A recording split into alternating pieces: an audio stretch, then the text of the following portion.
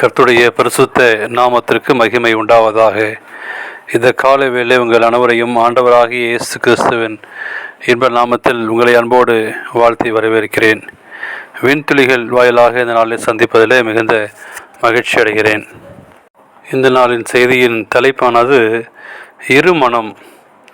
ரோமர் 7ஆம் அதிகாரம் 24ஆம் வாக்கியம் சொல்கிறது, நிர்மதமான மனுஷன் நான், இந்த மரண சலத்திலிருந்து யார் என்னை விடுதலையாக்குவார்?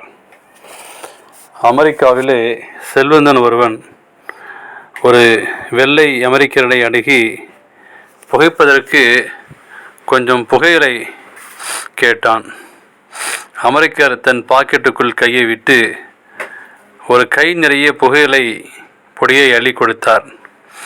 அடுத்த நாள் அந்த செல்வந்தன் அமெரிக்கரிடம் வந்து, ஐயா, நீங்கள் கொடுத்த புகையிலை பொடியினுள் ஒரு நாணயம் கிடந்தது, அதை கொடுத்து விட்டு போக வந்தேன் என்றான். அந்நாட்களில் சிறு நாணயத்திற்கு கூட ஒரு பெரிய மதிப்பு இருந்தது. ஆனால் இதை எண்ணாமல் அறிந்திருந்தவன். ஆகையால் இதை பார்த்து கொண்டிருந்த இன்னொரு மனிதர், ஏன் நீ அந்த ஞானத்தை உனக்காக வைத்து கொள்ளவில்லையா என்று கேட்டார். அந்த செவிந்தியன் தன் மார்பில் கை வைத்து, இங்கே ஒரு கெட்ட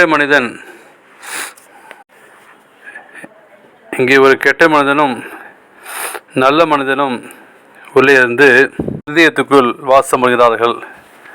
நல்ல மனிதன் என்னிடம், நீ புகையிலை மட்டும்தானே கேட்டாய், ஆகவே ஞானத்தை திரும்பி கொடுத்து விடுகின்றான்.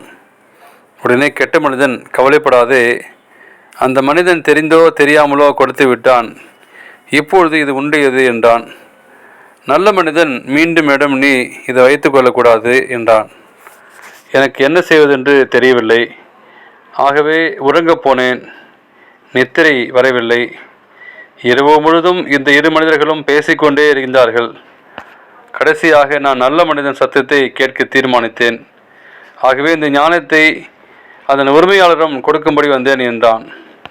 பிரியமானவர்களே, நமக்குள் ஒரு நல்ல மனிதனும் ஒரு கெட்ட மனிதனும் வாசம் செய்வது போல தோன்றுகிறது. தேவன் தம்முடைய பரிசுத்த ஆவியார் மூலமாக நம் மனதில் நற்காரியங்களை பேசி நம்மை நல்ல பாதையில் நடத்த முயற்சிக்கிறார்.